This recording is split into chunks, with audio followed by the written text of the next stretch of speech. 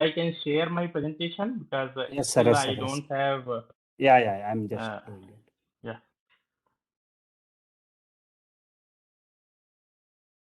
Yes, sir. Yeah. You can. So I think now I can share it.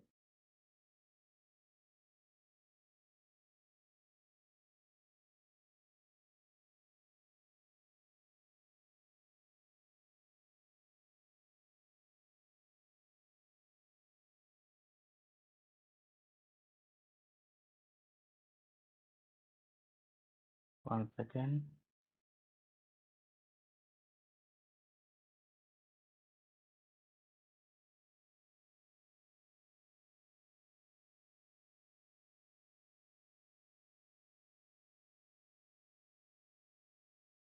So hope my presentation is visible.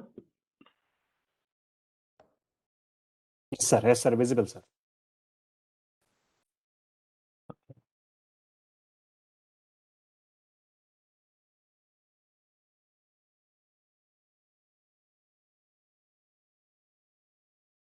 Yeah. So I will be mostly focusing on the outcomes and the lessons learned from various initiatives towards the young professionals, which we have taken as Bangalore Section Initiative or Bangalore APMTT Joint Bangalore Chapter Initiative, or when I was at various leadership positions in section as well as chapter. So few of them I have included here, where I will be talking about initiatives towards young professionals. First and foremost, we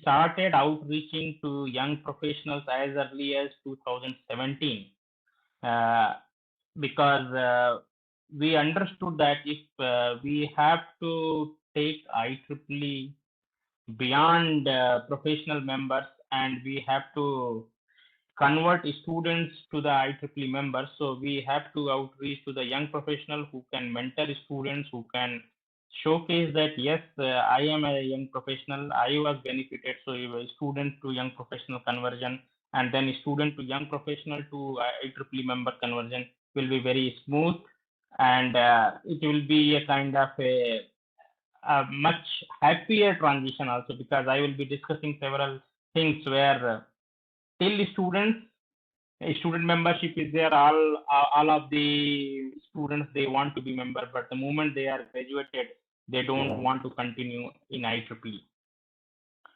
So in 2017 we organized one international conference, IAIM, where we introduced a YP in space parallel track. This track was exclusive for young professionals, organized by young professionals, and most of the speakers were also young professionals, and it was a very successful program. And now this YP in space program is taken over by IEEE GRSS, and they are running it across globe every year.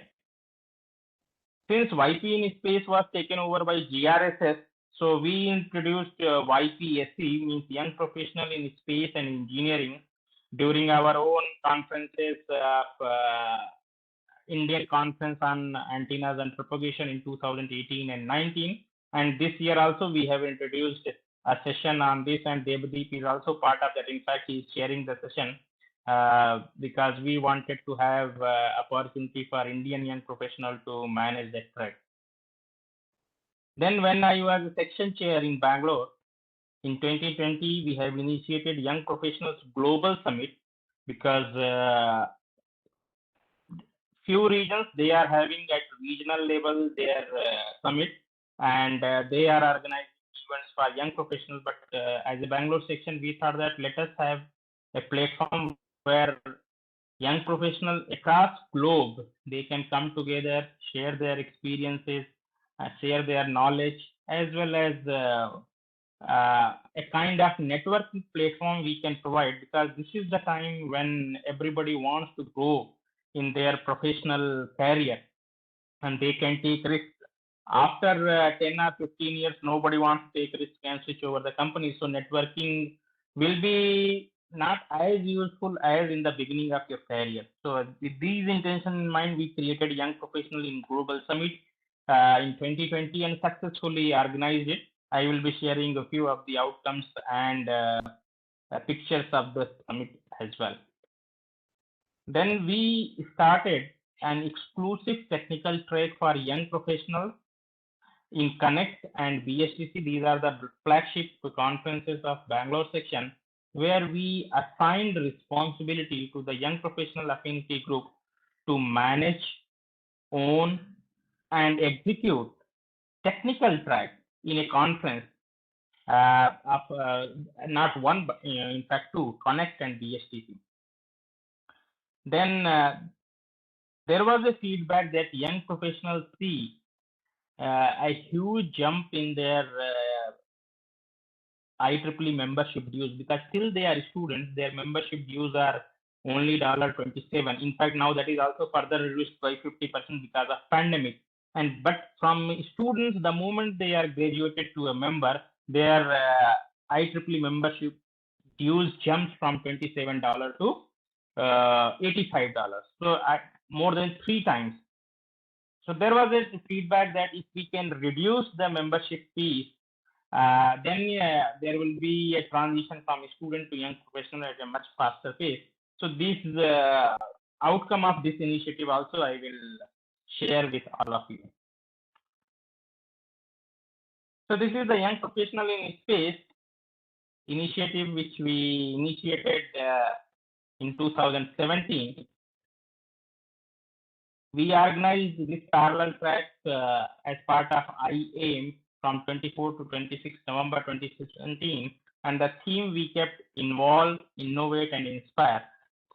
When we initiated this, actually we wanted to have a dedicated session for young professionals, but the huge participation forced us to create a parallel session, and more than 130 participants registered for this 3D event, and we made it a 3D event where we had sessions on satellite design, prototype development, onboard software design, communication system design, AOC, power and thermal management, and each and every aspect of the satellite design was covered.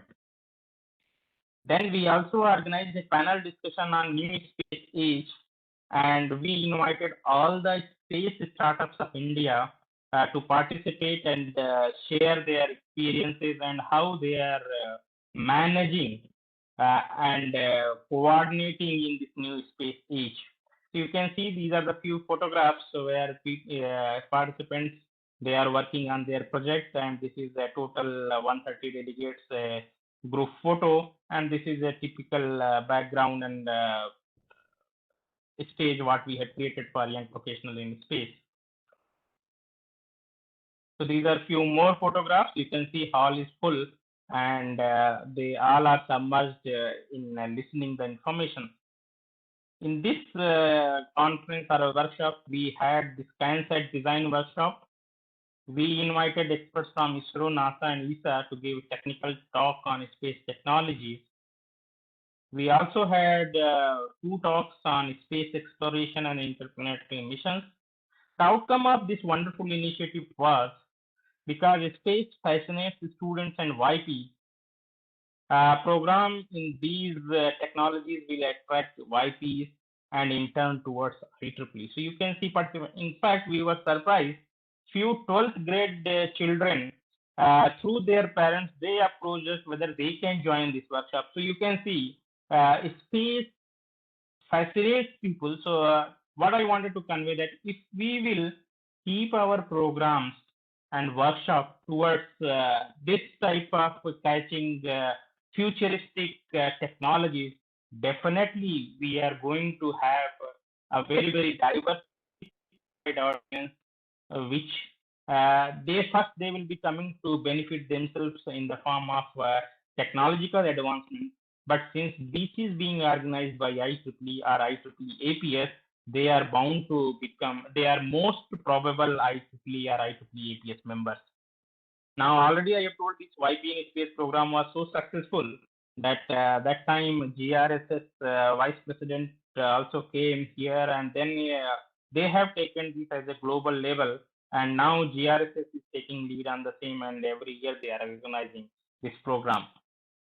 Based on this experience as well as success, we introduced the young professional in space and engineering during our flagship conference on antenna and propagation INCAP in India. And every year we are having this session in this INCAP. So this is the just few glimpses of YPSC in 2018, 19, and 2021 during INCAP, where we had few of the, I could not put all the photos, few photos I put, but just I wanted to convey that exclusive 3-hour session we are organizing in every INCAP, where all the speakers are young professionals. We are having a thematic session on each INCAP for YPs like satellite antennas or 5G antennas. And through this small initiative, we are providing an international platform to the young professionals to share their knowledge as well as expertise. And this also provides them an opportunity to showcase their technical prowess among who's who of antenna community. Then third initiative, what already I have spoken to you, this is Young Professionals Global Summit. This is as a section chair I have initiated. And this was you can see that we have put even flags also as many countries as possible, because this was a truly global event where we invited not only all the YP chairs of India in the form of a YP chair meet for all Indian sections. We also invited all the region 1 to region 10 YP chair for a roundtable meet of YP chair.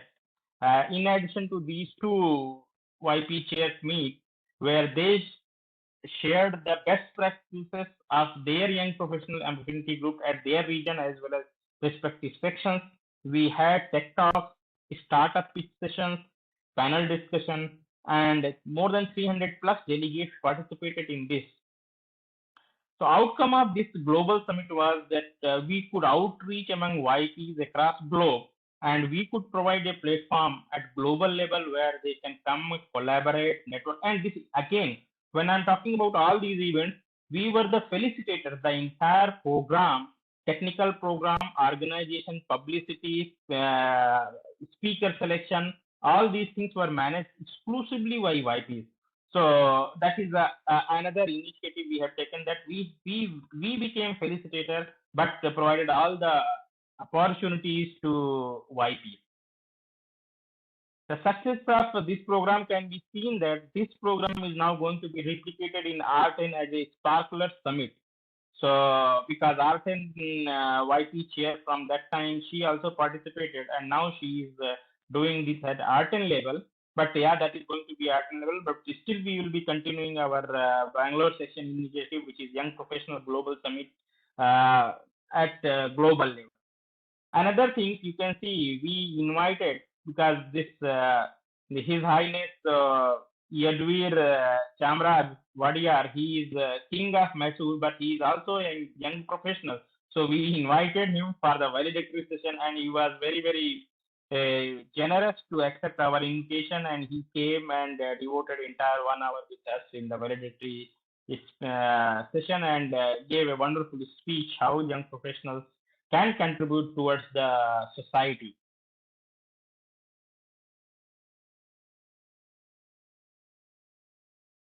Then based on these successes, we thought that let us give opportunity to the young professional in doing exclusive technical things, because till now you can see in the form of global summit and 3-hour session or exclusive session on space technologies, they were very focused. We wanted to bring them in the limelight or similar to any other IEEE member professional organization.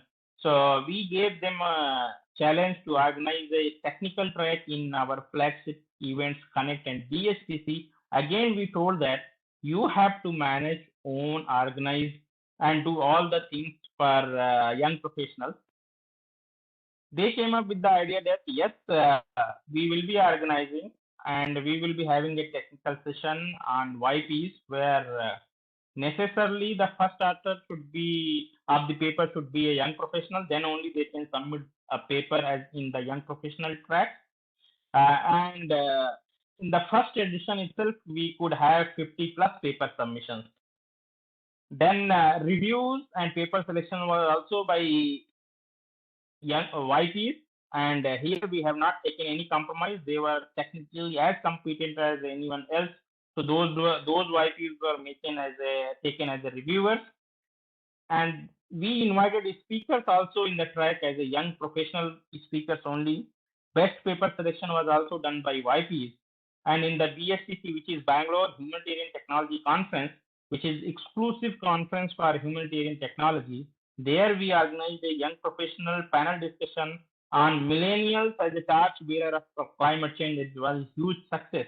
And you can see the topics chosen by young professionals in organizing the technical tracks is as futuristic as anyone can see: IoT, electromobility, 5G, AI, ML, digital commerce and finance tech, blockchain, computing, and information technology. So all these tracks were very, very successfully organized by the YP.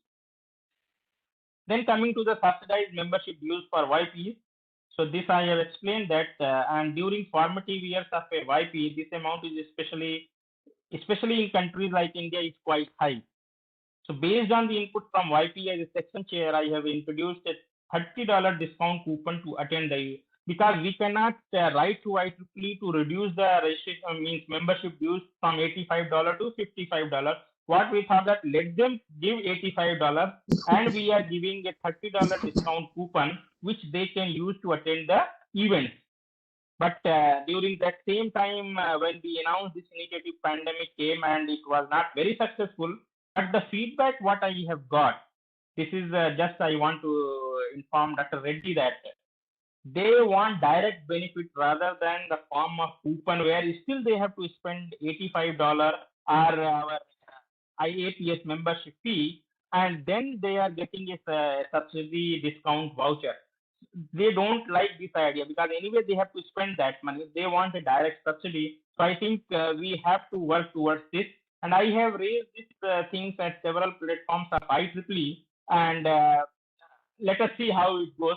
But at APS level also, we can provide and we can take some initiative towards this. I think our APS professional membership will grow like anything, because from students to YP transition will happen at much higher level.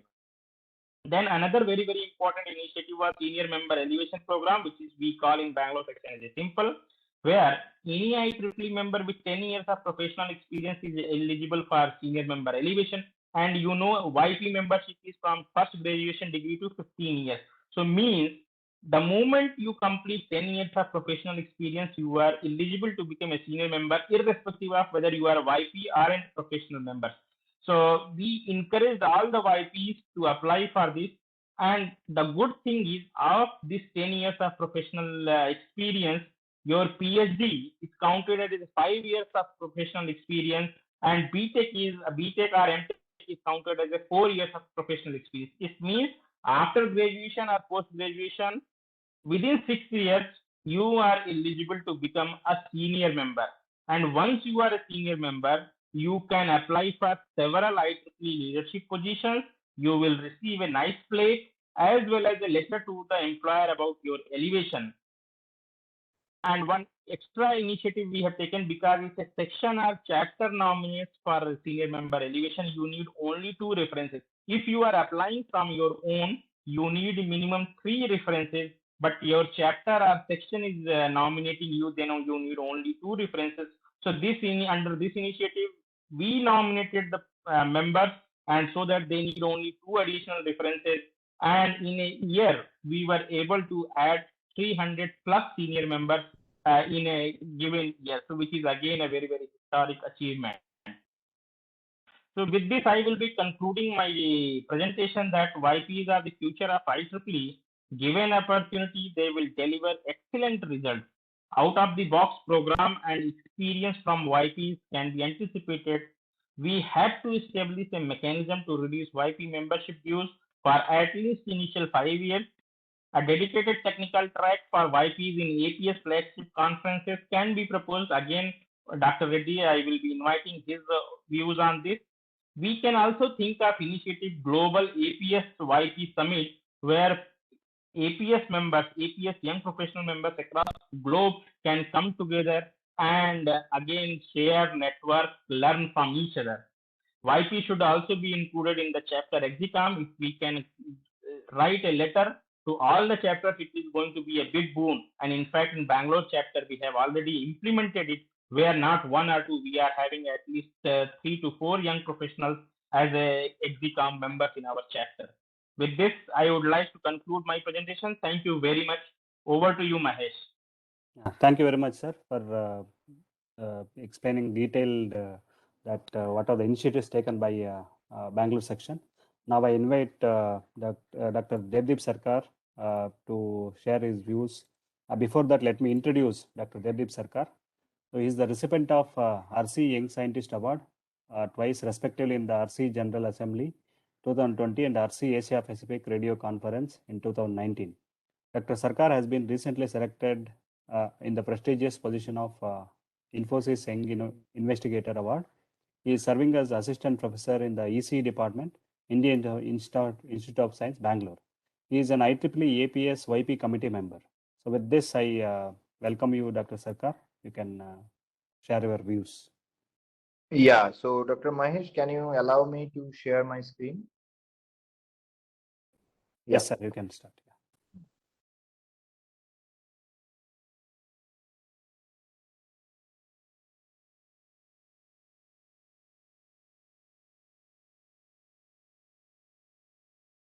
Yeah, I hope my screen, the PowerPoint should be opening. Yeah, yes. Yes.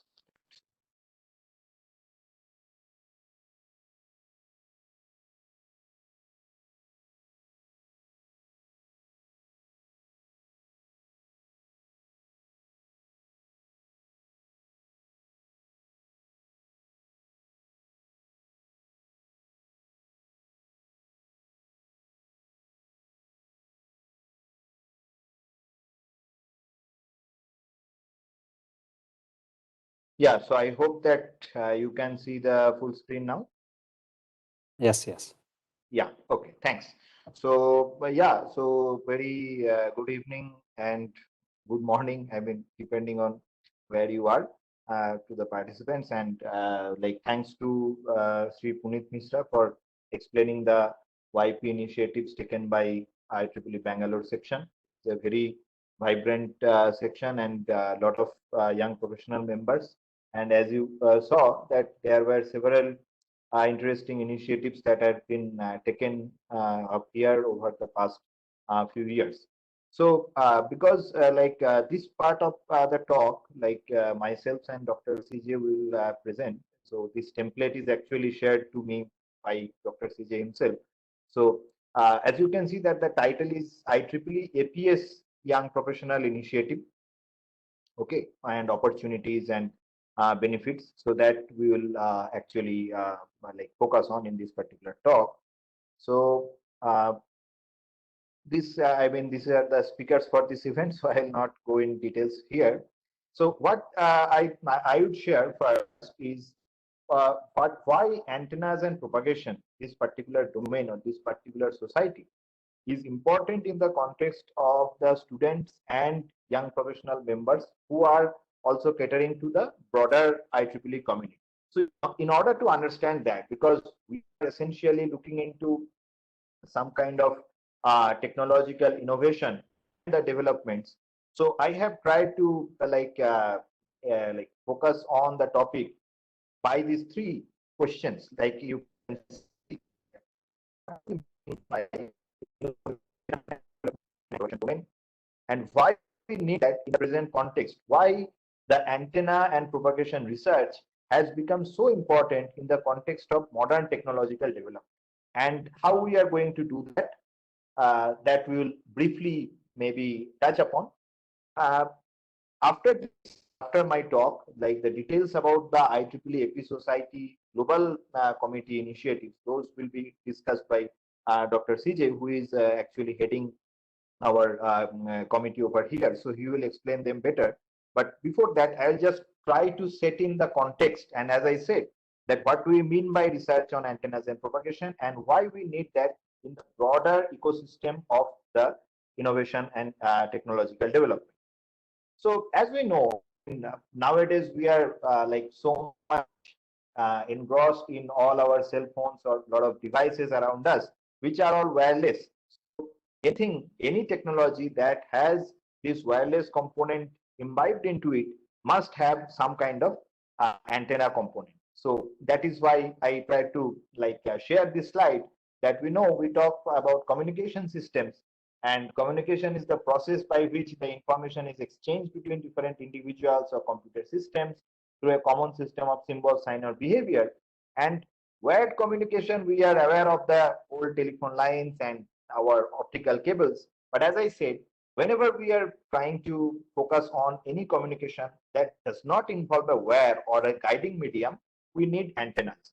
And if you look back a bit towards your textbook as well as the history, you can find the standard definition that antenna or aerial is a means for radiating or receiving radio waves, and in computer's language it is the interface or transitional structure between the free space and guiding devices. So all these are textbook things. And if you look how far we have come, you can look into the early days of wireless communication, where we had the classic experiment by Henrik Hertz, which involved these spark gaps. I will not go details into this because of the limitations in time. But not only the experiment by Hertz, we also should remember, from an Indian perspective, we should remember the early days experiments that are done by Acharya Jagadish Chandra Bose, which involved the demonstration of EM waves and used them to ring a bell remotely and explode some gunpowder, and different media coverage that he got at that time. So the inventor has transmitted signals to a distance of nearly a mile, and herein lies the first and obvious and exceedingly valuable application of this new theoretical marvel. So these are, these are important in modern context, because nowadays we are looking into this millimeter wave 5G communication, but you can see the frequency ranges that we are currently targeting and we are currently trying to develop indigenously. I'm again coming from an Indian perspective. So you can see that those technology, or at least some precursor of those technology, were developed back in that time, like 1900. You can see approximately the waveguides and horn antennas and lenses, polarizers, semiconductors. Those were used at that time. And of course, we forget the contributions by Marconi and the typical quarter wavelength Marconi antenna and the developments that he did. He got a Nobel Prize for improving, or at least revolutionizing, the effects in wireless telegraphy.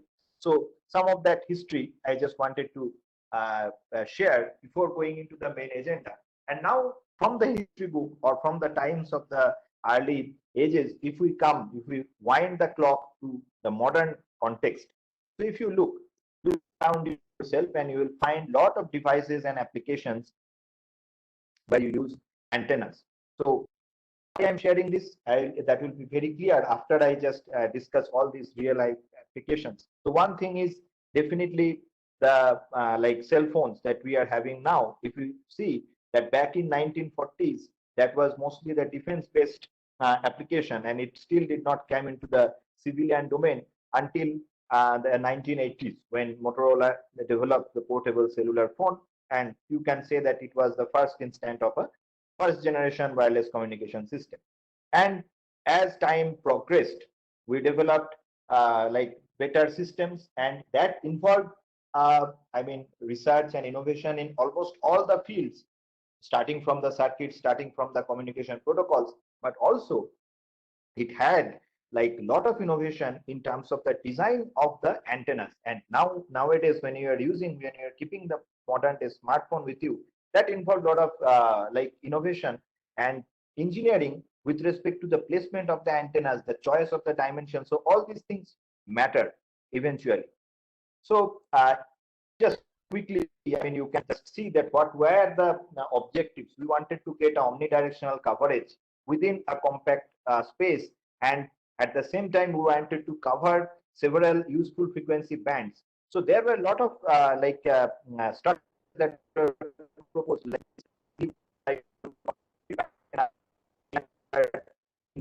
or PFAP, planar inverted F antennas. So And now, I mean, if you look like the radiation pattern that is emanating from your smartphone, well, it might not be exactly as this omnidirectional one, but still that gives you better coverage. And later on came the multiple antenna systems, which is the backbone of today's 5G, and of course the technology that will come next. But not only cell phones, not only cell phone handsets, antennas, if you look into the laptops or the tablets that you are using, they also have embedded antennas in them. So whenever you are like, let's say, for example, this particular event, I am basically using my tab to like speak, and it is actually using a wireless Wi-Fi connection for the internet that I am getting in the IISc campus. So you can see that how to capture all those signals and then process them inside the signal processing blocks. So to do that, the ultimate interface is how you place the antenna on your like device. Like these are some of the illustrative pictures that we have here that will show you how you place the antennas and what type of elements that you need, and different research papers as well as patents, as well as the intellectual products that are coming. Now from here, we can turn our face towards the sky, and you will find that all the satellite and space applications, if you see, that they involve different types of innovation in terms of the antenna technology. So for example, if you look into the deep space network and the antennas that are used in that, so like these are some of the slides taken from the NASA website, and we are all like now know the efforts that are going in terms of the Mars rover and Perseverance and all those things. So what type of antennas are used so that we can communicate to something, some device that is placed in a distant planet, and from there we can exchange some of the information over here. So definitely that requires different innovations in terms of the antenna, as I tried to illustrate over here. So this is the picture of the rover that is roaming around in the Mars. And not only that, I like here I am trying to show the antennas that are, and in between that will also have different antenna components. And just since I mentioned NASA, I also wanted to like remind our audience about some of the gigantic effects that are efforts that are being taken by our own ISRO and the Indian Deep Space Network, and some of the things that are there in Bangalore, I mean the city where we are in right now here itself. So then if we move towards the radio astronomy part and the giant meter wave radio telescope, so that also involves a different type of, I mean slightly different type of antenna technology that is being there in your cell phone. So you can see that depending on the different applications, there is a scope of research and development in the antennas. And we are now looking into the integration of antennas into different electronic circuits and systems, electronic as well as, I mean, it could be optically controlled circuits and systems. Wherever there is any wireless content or backend, there you need innovations on the antenna. So that is why currently, I mean, people, those who were not maybe looking into the wireless domain previously, that are now interested into the development in antennas and radar type of technology. So I mean television antennas, and then we have, if you look into your aircraft, the aircrafts that we use not only for the civilian application but also for the stealth and defense applications, you will see that different scopes and different zones where you can actually apply the innovation in antenna design, like starting from the global positioning system. If you look at this, yeah, so there are different systems, global positioning systems. We have the there is a true wireless LAN unit that might be like the communication that is happening inside the aircraft. Not only that, the communication that is happening from the aircraft to the outside spaces. So all these things will antenna and like for security and defense applications, and the phased arrays, all the things that are being used. Recently, we have actually the DRDO labs. There are scope of research in terms of development of phased, but also another aspect is we just can, I mean, transcend the boundary from the antenna into the applied, and here you want to develop the frequencies. Eventually, the applied electromagnetics takes over, and there is scope of for a lot of things. Unmanned aerial vehicles. So that is very important in the context of modern day security, and a lot of wars and all are being won with respect to the efficient use of these unmanned aerial vehicles or drones. So that is also an important area. Very interestingly, recently the research on the antennas and radars that has picked up in the context of the automotive radars and the autonomous cars and all the exciting applications that we are thinking nowadays. So there, some technology that was maybe previously people thought that it will be mostly relevant for the defense application, now it is booming in terms of the civilian application domain. So I mean, in Bangalore itself, we can look into, like currently I am in touch with different industries who are looking into development of this type of technology and which ultimately requires the knowledge of antennas and requires some kind of insight and innovative point of view in terms of the antennas and propagation.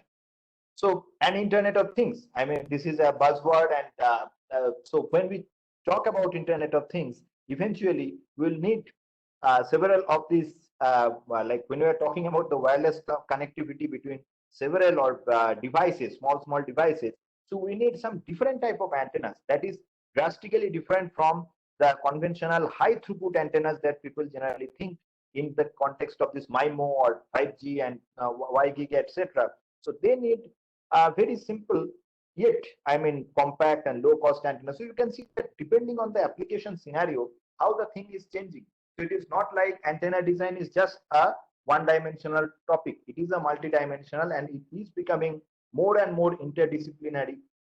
And so that is why it has become very important in nowadays in IEEE. The Antenna and Propagation Society and their activities is becoming very, I mean, like relevant in because of the connection with the various other sister societies like MTT, like the biomedical group, and I mean just circuits and systems, to name a few. I mean, I'm just trying to like, and for example, this application, the slide that I am showing, the implanted antennas or the wearable antennas, that is extremely critical in the modern view, not only I mean, globally but also Indian perspective, the healthcare services. So without the antennas, without the implanted devices, we cannot really monitor wirelessly the like the present health condition or the different condition biology, like so it's more kind of but the antennas and sensors, the wireless sensor can overlaps, and it is challenging people who are designing antennas for, let's say, space application. One challenge, but if you want to design an antenna that is has to be replaced by the that is a completely different challenge, and that requires the research. And there are also the concept of wireless power transfer and the energy harvesting, so that it can be like self-sustainable and things like that. So I mean, you can, I would like to summarize whatever I say, that you can see, you find out the different application scenarios of antennas. And of course, I tried to put together whatever I felt. I'm not saying that this is an exhaustive list. So you can see that innovation in antennas that has become very important if we look into the broader IEEE perspective, that is the electrical and electronics engineering community. They have to, or they are at least seeing the antenna research as something very important in the context of the modern technological innovation. Now, at this juncture, I would like to add one important thing. We often talk about the Antennas and Propagation Society research only in terms of antennas, but we miss the P. There is this Antenna and Propagation Society. So the propagation part is there, and very often we think that research on IEEE AP Society, that purview is simply like design some antennas in your full wave simulator and get the structure fabricated and just measure the radiation patterns and scattering parameters. That's all. This is sometimes the common thought process that goes on. But we, from the AP Society perspective, we are trying to emphasize on this point that otherwise, I mean, if the propagation is not there, it should have been named AS, that is the only antenna society. That is not the case. We are talking about Antennas and Propagation Society. So apart from design of different antennas, we also have to think about the different propagation environments where we are going to put all these antennas and going to get the complete wireless chain from it. So you can see that the different scenarios that I have presented over here. I will not go into the technical details, but my objective was pretty clear that if you are a IEEE student member and if you are an undergraduate student member or early career young professional in the electronics and telecommunication industry, you should the antenna IEEE society member also, because of the technical benefits that you will get and the context and the importance of it in the like in our journey in different facets of the modern day technology. So that is what I wanted to emphasize. Now, what are the different efforts that are going to be taken up by the AP Society and some of the awards and some of the new initiatives that are being taken up? Dr. CJ will explain in details. So before ending my talk, I will just show, because one should not, I cannot tell a person to become an IEEE AP Society member unless I show that there has been some benefit from my side as well. I can only, say like the saying goes that practice what you preach. So I will just, for the student members or the young professionals who might be attending this event, I just showed some glimpses of my journey as a IEEE AP Society and MTT Society student member. So as you can see that I did my master's and PhD from IIT Kanpur. When I was an undergraduate student at that time in Jalapur, we did not have that much IEEE activity. But nowadays you can see that IEEE MTT Jalapur section that has really come up, and they got the best chapter award and stuff like that. But during our time, it was not there. But in IIT Kanpur, we actually got involved, and I personally got involved in various roles in different student membership positions, and starting from treasurer to webmaster, vice chair, and chair for some time.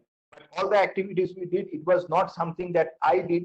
It's something that we did as a group, and it had contribution from several members. Some of them might be attending this particular talk also. So yeah, so we did a lot of activities, and in the process we really learned that what are the benefits of becoming an IEEE student member as well as a society member, because once you are connected to the society, then it really helps you to get to know the different stalwarts in the field, and from whom or from whose papers you sometimes get the idea, you can get a path to actually directly communicate with them, and from that really helps your thought process to grow, and that actually helps your technical benefit, technical part. Not only that, the communication skills and the networking skills and the other, the stuff that you personally would cherish. People do not remember all the period when they are mugging some notes or doing some research, but the interaction that you have with friends and organizing an event, so those things have their own flavor. So the experience as an IEEE student member and AP and MTT student member has its own parts. It's not always about the reduction in money and stuff like that. There are some other non-tangible components to the student membership experience that I wanted to emphasize. Of course, if you are a student member, you will get some discounts in attending some conferences and stuff like that. And you can see, I just purposefully put some of the pictures where the current AP Society president. So I was fortunate to actually get interacted with him in various stages, and I did my postdoctoral research as well as I did some visiting position over there. And later on, we brought some distinguished speakers, and some of my other friends also got benefited. They got postdoc positions. So it is a very healthy environment that you can create by becoming a group, by becoming by opening your IEEE MTT or society. So with that, I probably have overstayed my talk, but I would like to thank you for your kind attention, and would like to hand it over to Dr. Mahesh. Maybe later on we can take some questions and stuff like that. Thank you. Thank you, Dr. Devdeep Sarkar sir, for briefly describing what are the applications of antennas and your experience in IEEE. Thank you very much. Now I'll call upon Dr. CJ Reddy sir for sharing his views on IEEE APS. So let me quickly introduce him. He is a Vice President, Business Development Electromagnetics for Americas at Altair Engineering. He is a fellow of IEEE fellows of ACES, and a fellow of AMTA. Dr. Reddy is serving as an associate editor for the newly introduced IEEE Open Journal of Antennas and Propagation. He is appointed by IEEE Board of Directors to the position of IEEE Fellow Committee members for the term 2020-21. Dr. Reddy is elected as a member of AMTA Board of Directors for the 3-year term starting from Jan 2020, and is a technical coordinator of AMTA 2020 and 2021 conferences. He is an IEEE APS YP chair. With this, I welcome you, sir. You can share your views. I'll make you as a presenter. Thank you very much, Mahesh. Also, thank you, Puneet, I think, for this nice overview of the Bangalore section activities, as well as Devdeep. I think you made a good case why one should be an APS member in these times, which is, with the growing operation, growing opportunities. With that, let me, maybe I'll make sure I'm showing the right screen here. Are you able to see my screen? Yes, sir. Visible, sir. Okay, good, good. I think I start with the same slide that Devdeep had. Of course, I'm the speaker here on this one. Just as you know, probably most of you, if not all of you, are aware of IEEE. This is the largest professional society that's out there in the world, with close to 500,000 members in 160 countries. I'm not going to read all the numbers, but just want to say that there are many sections and many chapters in the 10 regions that IEEE considers region 1 to 10. They divide the whole world into 10 regions, and they're, I think, 1 to 6, I guess, maybe, if I'm correct, I guess, are in the US, and the rest of them are in the other non-US regions, if I'm understanding correctly. At the same time, they have a digital library called IEEE Explore, with close to 5 million documents, technical documents, and very popular, 15 million downloads each month. And of course, 200 transactions, technical transaction journals and magazines. And of course, they sponsor more than 1,600 conferences in 80 countries in a year. So IEEE APS, the Antennas and Propagation Society, is part of IEEE, and it's one of the societies out of the 39 societies that I mentioned. This is one of the societies. Because Devdeep has eloquently put forward the what AP Society stands for: antennas and propagation as well. So if you're involved in doing any work in antennas or any work in propagation, you should be an APS member. One of the reasons why these societies will help us in our career is because it's not, there is no, I normally tell people that there is a job and there's a career. And the job is what you do when you go to work and do from 8 to 5, let's say. Career is the one that comes with you, meaning your knowledge and things like that. So when you're doing a job, being a technical society will help you learn things that you would not learn, let's say, on the job. Because job also you learn something, but your view won't be broad enough. Probably this is what member of an APS society will provide you if you are there. Of course, it's the 13th. So in the numbers wise, I guess it's 13th of the 39 IEEE societies, and it's growing very, very fast because as Devdeep mentioned, applications of antennas and propagation are increasing tremendously nowadays. There is no single industry that I can find that they don't use an antenna or a propagation study, which is not a what I call an exaggeration to say that, I guess. And we're expecting more growth because of that. So that's about the society. But what is the young professional? IEEE defines that as the ones who graduated from their first professional degree within the past 15 years. That is your bachelor's degree. If you have done your, let's say, BTech or bachelor's BS in 2000 or maybe 2010, you are a YP till 2025 for the 15 years kind of thing. That's how they define the one. So any one of you who are in that category can considered as YPs. And this includes, graduate student, postdoctoral fellows, academia that are in the, like Devdeep, for example, who is a professor at a well-known university, and also people who are in the industry as well. And IEEE Wide Young Professionals has a website called yp.ieee.org. I recommend that all of you visit that. There are a lot of opportunities that they list in that site, IEEE Wide, that we could all take advantage of. Then coming to our society, that is Antennas and Propagation Society, that where me and Devdeep and Puneet and others are representing here, the goal is to increase awareness of antenna applications, research, and career opportunities. That's a very important aspect of it among IEEE young professionals. And one of the things we have done recently is to create a page, IEEEAPS.org, that is the APS web page, committee/YP. You'll find a page with a lot of the activities we initiated. And of course, more and more activities will be coming in the future, and that will be listed on this page. So, of course, just a bit of background about why I'm chosen for this task was because Professor Yantar, when he became IEEE president, he came to me and said, "CJ, I would like you to have your help in revitalizing IEEE APS young professional activity." So I thought, okay, maybe I can contribute to some extent because of the experience I may have in the past. So that's how I got in there. And we formed a new committee this year. As you can see that, we have people from NASA Jet Propulsion Laboratory, Google and Amazon, and also university like ISC and National Technical University of Athens, Ohio State, City University of New York, but also European Space Agency. So we mix both universities, industry, as well as the research organization like space organization like JPL and the European Space Agency.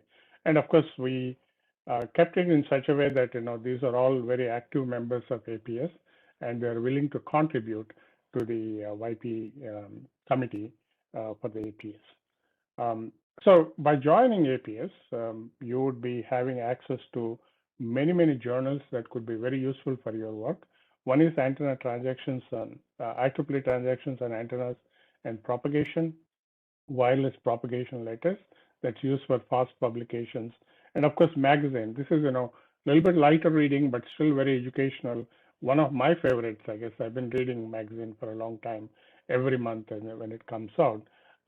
Then we also have 2 journals in conjunction with other societies. For example, Multi-Scale and Multiphysics Computational Techniques with MTT, Microthermion Techniques, and Electromagnetic Compatibility Society. And also the one actually Devdeep mentioned, Electromagnetics, RF, and micros in medicine and biology, very, very critical area that's evolving nowadays. That is in conjunction with Microthermion Techniques and I think this Biomedical Society, I guess, and Census Council. And then we have an open journal on antennas and propagation, which I'm also serving as an associate editor. One of the key things with the open journal is that, of course, you can access those things even though you're not a member of APS, a member of an IEEE. But if you're an IEEE member, if you're an APS member, you get a discount to publish at the open journal. So you can have a wide audience, I guess, for your papers. So there's a learning part that I was talking about. Just becoming a member of APS, you get access to all these journals. That means you have the front row seat to the research that's going on in these areas. In terms of conferences wise, there are 4 financially sponsored conferences. This is where APS puts money into the conference and organizes them. They're mostly in regions 8 and 10, as I mentioned. All these regions are in the Asia Pacific region or non-US regions. And also technically co-sponsors 40 conferences and workshops. For example, if I remember correctly, I think INCAP in 2018 and 2019 were technically sponsored by APS. Then, of course, APS has a flagship conference called International Symposium on Antennas and Propagation. And the first time, I think, in the history of APS, they've gone out of the North America location. And this year, it is going to be in Singapore in December of 2021. Hopefully, by that time, things would have cleared up a little bit, and they're planning a quote-unquote hybrid conference now. And of course, in 2024, there'll be in Florence. Every 3 years, they want to be outside of the North American region where they can have the flagship conference from now on. Of course, we have APS has outreach initiatives in region 8 and 10, and I think Puneet mentioned about SITE, I guess, humanitarian technologies, and 5G Internet of Things and smart cities. So when it comes to, this is something, we recently made aware of, no, not made aware of, I think we make it a point that all APS awards are listed in one place on the APS website, so that everybody who wants to know what are the awards that APS has can have access to it. And I picked a few of them that could be of interest to this group. For example, RWB King Award. This is by an author under the age of 36. That means you could be eligible to get this award if your paper is chosen from IEEE Transactions. Then, of course, Professor Shafai from University of Manitoba established what's called Mid-Career Distinguished Achievement. This is for a female academic or anybody, not just academic, I guess, industry as well, a mid-career status in the field of antennas and propagation. And every APS conference, they are recognized for that one. And also there is a pre-doctoral research grants. There are 6 of them every year that is given out to the people who are, have potential in doctoral research. This is a pre-doctoral. That means if you're embarking on a doctoral work, a PhD work, you will be able to apply for this one. Then there's a doctoral research grants. If you are in the PhD program, APS has 10 grants that are given annually with 2 cycles, I guess, $2,500 per grant and a certificate. So these are mostly, research grants type of thing that you can apply and benefit from being an APS member. As I mentioned, there is a new website, aps.org/awards, complete list of APS awards. If you go to this website, you can find that under awards, you can find all of them. So in addition to these, APS also provides travel grants. Student paper awards at the APS conference. If you go to the website, conference website, you can find the details. Of course, the deadline may be over now because the paper submission is over, but if any of you have submitted papers, or maybe next year, that's going to be in Denver, Colorado, you could plan to submit papers and compete in this best paper award. And also there is a design contest as well. You can find more details at the aps.org as well. This is, they give a task to a particular task every year, and student groups can submit their project ideas for that particular task. And then they select the finalists who are funded to come to the conference and then demonstrate their project. This is in a hands-on type of thing, and then get selected for the first and second and third positions there. Then, of course, for travel, we have, I think this has been around for a while. Professor Raj Mitra established this a while ago. So this is for not only for students, but also for people who have finished PhD and then working in early career.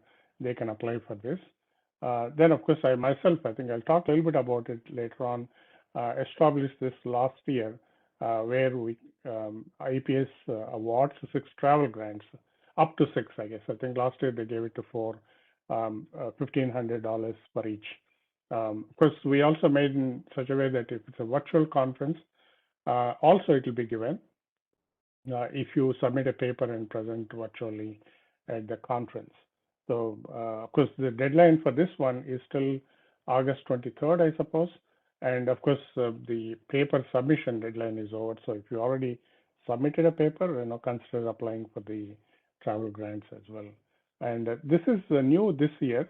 The symposium itself has established a student travel grant up to $1,000 for 20 international students. It's a very huge investment that APS is making for the students. Of course, you can find the details at the conference website here. And one more that has been introduced this year is Professor Mojgan Daneshman grant. Probably some of you may be aware of her. she was a very rising star, I guess, in the AP Society, and she was actually one of the recipients of Professor Shafal's Mid-Career Award. But unfortunately, in the aircraft accident, she and her husband Pedram and her daughters, I guess, all of them perished. But to remember her, I guess, is the APS's institution this award for women, and a total of 6 grants. They want to spread out to various continents, and so increase the presence of women participation or visibility in women participation in APS. You can contact Claire, Professor Claire, I guess at one of the universities. She's our ADCOM member managing this grant. So you can see that there are various opportunities. There are many more of them, of course, maybe in a more senior level type of thing. But I would strongly recommend you go to this page and explore. Take advantage of if you're already a member. If you're not a member, if you become a member, you can take advantage of these ones. What are our activities as a committee? I guess the YP committee at APS. Traditionally, we had one activity, that is student and professional networking event. This is where at the annual conference, we have one of the evenings in conjunction with the Education Society. We have a very nice event, I guess. I think it's a much discounted event where mostly for young professionals and students to mingle also with more senior people in the conference to networking type of thing. There's nothing technical there. It is just meet and greet type of thing. A great opportunity to catch up with as Devdeep said, the stalwarts of the society there, and talk to them freely and take some advice from them during this event.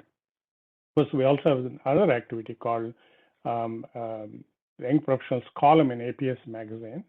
We had 2 columns in the past. I think we started again very actively this year.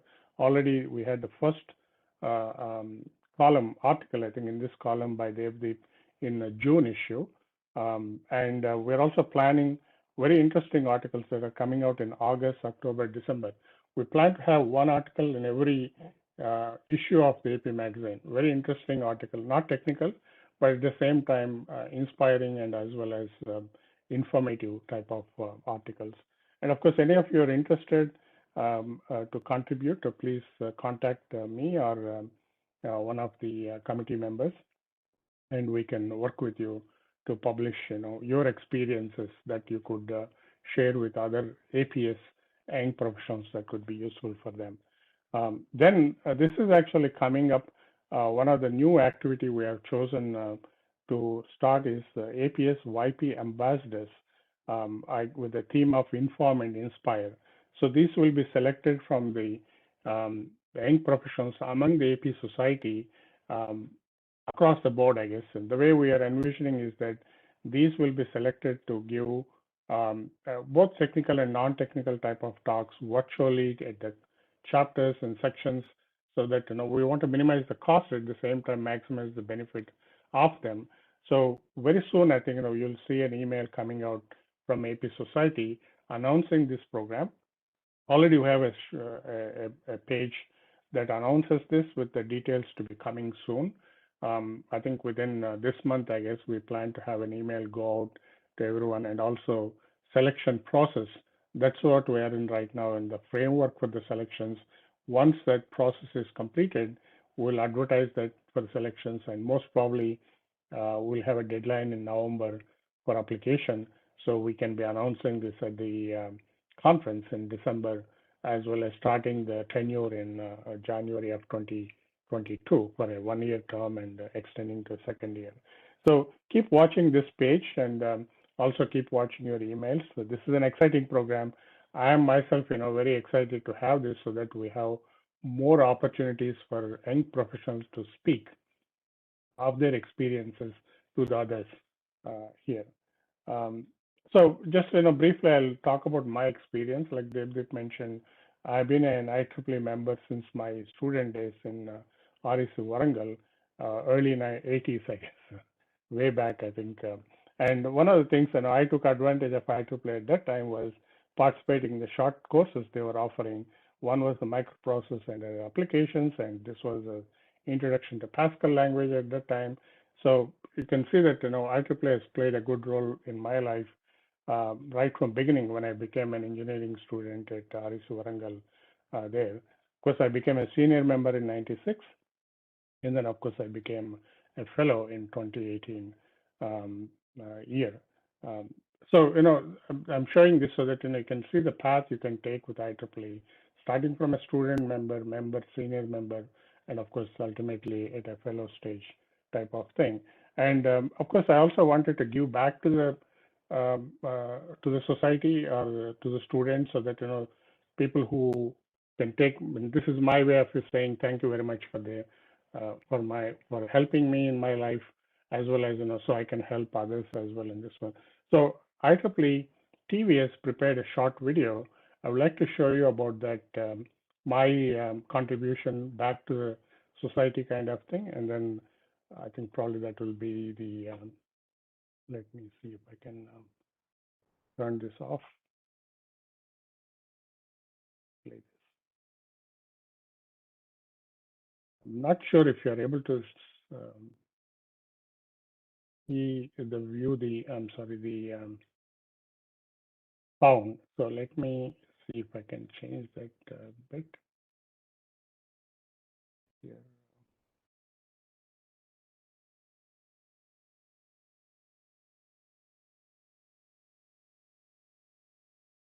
I should have done this earlier. Let me do one thing. I guess I'll stop sharing and share again. So I can pick.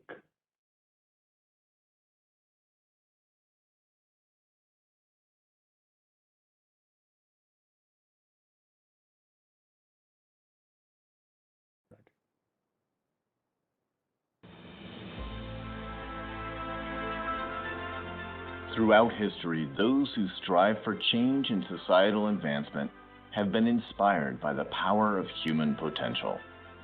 Here in the 21st century, the IEEE Foundation works to support human potential through philanthropic investment. Donors to the IEEE Foundation help drive innovation and technological advancement by building a thriving ecosystem of educational opportunity, thought leadership, and a culture that draws strength from diversity.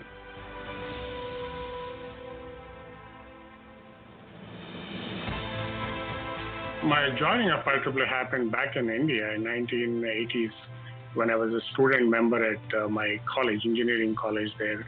What attracted me to IEEE was beyond the classroom. How can we get help in educating ourselves and extra skills? And I've benefited both professionally, I would say, but also personally. IEEE fellow C.J. Reddy holds a deep affection for his technical home, the Antennas and Propagation Society. And because of his strong desire to support future generations of EE students, he chose to establish the IEEE APS C.J. Reddy Travel Grant for graduate students. It's good for students to attend the conference. And of course, many people, I guess, even myself, when I was in India, coming to the conference in the US is very, very expensive. I could never come, though I always intended to submit papers to the conference and present there. I think this way, it provides students all over the world to travel to the conference and be able to present the papers at the conference and benefit from it. Dr. Reddy has chosen this generous path because he wants to make the most of his economic power as a philanthropist. I would like to acknowledge my wife, Kanchana, and my son, Pratik, who not only supported me in this cause, but also encouraged me so that future generations can benefit from our story, that, we can come from a modest background and can be successful in your career if you work hard and put your mind to it. Through IEEE Foundation, you can designate a society and designate a specific project of interest to you. So your passion can be carried out beyond your presence at the society. It is with deep appreciation that we add Dr. C.J. Reddy to the list of honored philanthropists in the IEEE Heritage Circle. Thank you and congratulations, Dr. Reddy.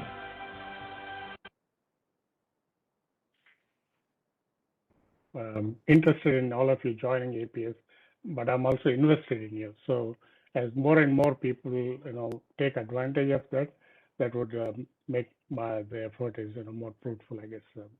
So in any case, so APS needs you because the society is run by volunteers. There are various opportunities you can participate. So join to help shape our society's future. That's the what I call take back message I would like to provide to you. But of course, there is various websites that you can go. Mainly, I would recommend going to IEEE-APS.org to learn more about the society. And of course, if you have any questions, we're always here to answer those things. With that, I stop my presentation and wait for any questions to answer. Yeah. Thank you, Dr. C.J. Reddy, sir, for giving a detailed description of what IEEE YP is doing and also sharing your own experiences. Thank you very much. Now, I hope there's no questions in the Q&A box. So if anyone wants to talk, I'll just unmute yourself. So please, you can talk. I'll give an access to everyone. You can unmute yourself and talk. Just maybe one comment from my side, Mahesh. I think Yes, sir. Please, sir. Please. For Puneet, I guess I think he has a nice slide on becoming a senior member, and of course, if the section nominates someone for a senior membership, they only need 2 references. These references can be other senior members and also fellows. One thing, Puneet, I noticed in our region here, I belong to region 3 here, and what they have done is that they have a drive to recruit references. Basically, they're asking, if you're a senior member and a fellow, will you be willing to be a referee to the senior member applications? Obviously, going through the application, make sure that they meet the requirements and things like that. So in that respect, I would offer myself, if anyone is looking for a reference. Of course, I can't refer to 1,000 people, but in a decent number, I guess I can offer myself to be a referee. If you have anyone in your section or anyone individual who would like to contact me as a reference. Thank you, Dr. Reddy. Thank you very much for your offer. We will definitely take this.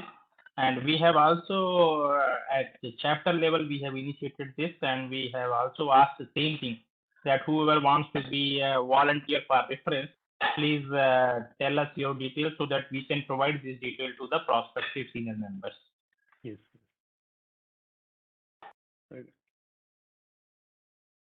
Yeah, thank you, sir. So I think, Mahesh, before everybody leaves, let us have one photograph. Otherwise, we will miss yes, sir, yes, this session. Yes, Already sir, yes, people have started leaving. So yeah, I request all the participants to turn on the videos. We'll take one group photo. I request all the participants to turn on their videos.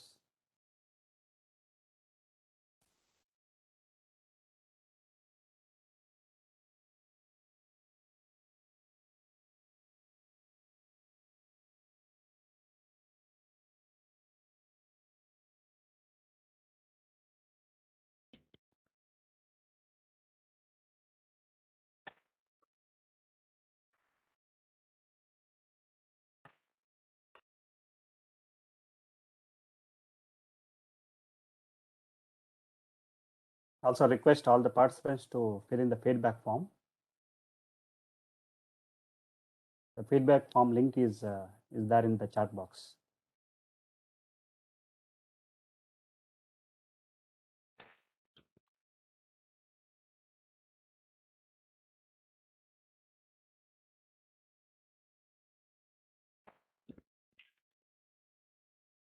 So while we're taking the picture, Mahesh, I think I would like to thank all of the attendees, I guess, who stayed for, I think it went more than an hour now in the meeting. yes. And also nice to see the pictures, I think, in the video on with the younger faces. Reminds me of myself maybe 30, 40 years ago. So though you're starting here, this is the beginning of your career. Normally, we don't know where we're going, right? What are opportunities we have? The suggestion I have for every one of you is that when an opportunity comes, put your mind to it, do very hard work. Any opportunity, small or big, will pay off if you do the right thing. So hopefully you'll all have a bright future. And at some point, I hope you all apply for the travel grant at an institution and become recipients of the travel grant. My best wishes to all of you for that matter. Yeah, so thank you, Dr. Reddy, for very, very wonderful presentation. I think you have covered each and everything, starting from IEEE initiatives to IEEE APS initiatives, then student travel grants. I think in a very short span of time, you have covered everything. And then your video, which was, I think, this was a cherry on the cake. We could see that the video made by IEEE TV and your wonderful contribution towards the society. So we are really honored to have you in our chapter initiative and this program. Thank you very much for being here and spending your precious time with us. Not a problem at all. You're welcome, Puneet, and also Mahesh for organizing the event here and publicizing it. Thank you very much, sir. I formally now, if no questions are there, I'll formally close the session. But saying thanks to all the speakers, Puneet sir, Devdeep Sarkar, and Dr. C.G. Reddy sir. And also YP was a part of this because it's a joint event between APMTT and YP. So I would like to thank all the YP chair and co-chairs and all the members who helped in organizing this event. And yeah, thank you very much. Thank you, one and all. Yeah, just Dr. Mahesh, yes, one sir. small Yes, thing that I would like to share is since the Connect is coming up, so we are actually like Neha and myself, we are basically convening one of the YP tracks, and I am happy to inform all of you that we have got like good number of papers, and we'll be having couple of sessions. And interestingly, number of papers that will be presented in the YP track have some connection to the antenna propagation work, like the thing also. So I mean that's just one trivia I wanted to share. So thank you. Thanks. Thank you very much. We'll close the session. Thank you very much. Yeah. Thank you, one and all. Thank you, one and all. Thank you, sir. Thank you.